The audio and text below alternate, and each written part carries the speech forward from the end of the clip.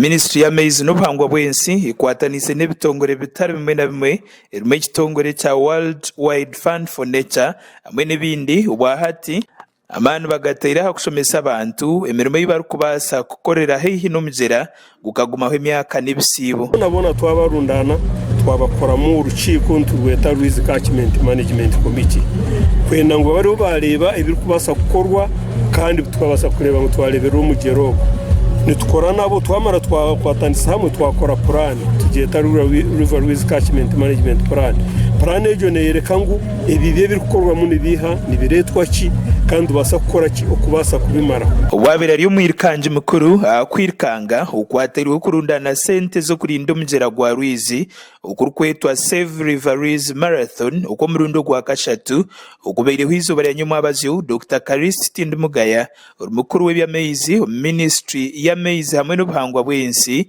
ashoborera ko abantu bashemereye kwejumbira omuhururu yo kurinda omugyera ogwo.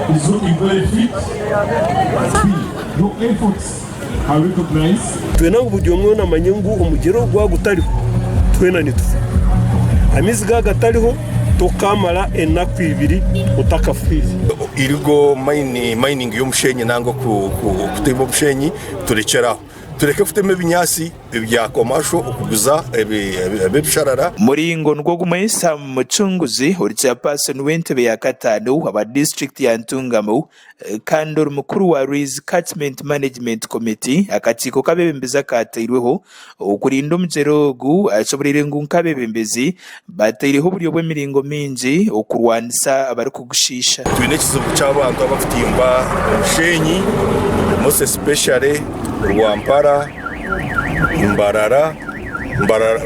Rwampara na Mbarara.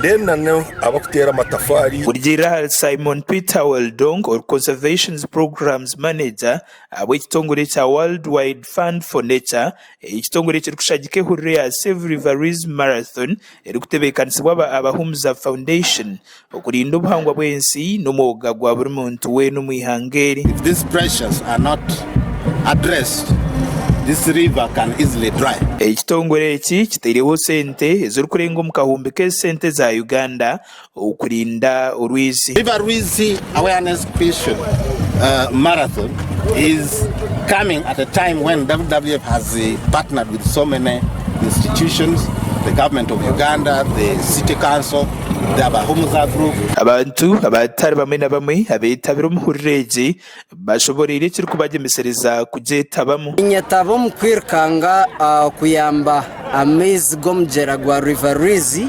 ahabw'enshonga amaizi n'amagara. Omugyera gwa Ruizi nigushagika amagara g'abantu omu district ezirikurenga omuri mushanju eziri mu district ya Shema, Buhweju, Ntungamo, Rwampara, Mbarara district, Orurembo rwa Mbarara hamwe na district ya Isingiro konka abantu omu bicweka ebi byona batandikire kugutahirira obwo bamwe barikunagamu obucupa abandi barikuteereramu amatafaari otaireho naabo abarikutimbamu omushenyi ekireetsire abantu bayerarikirira bwanyuma y'omugyera ogwo kutandika kwoma. Ministry y'amaizi hamwe n'obuhangwa bw'ensi obwahati ecwiremu kukwatanisa n'ebitongore bitari bimwe na bimwe birikurinda obuhangwa bw'ensi okugezaho kugarraho omugyera ogwo.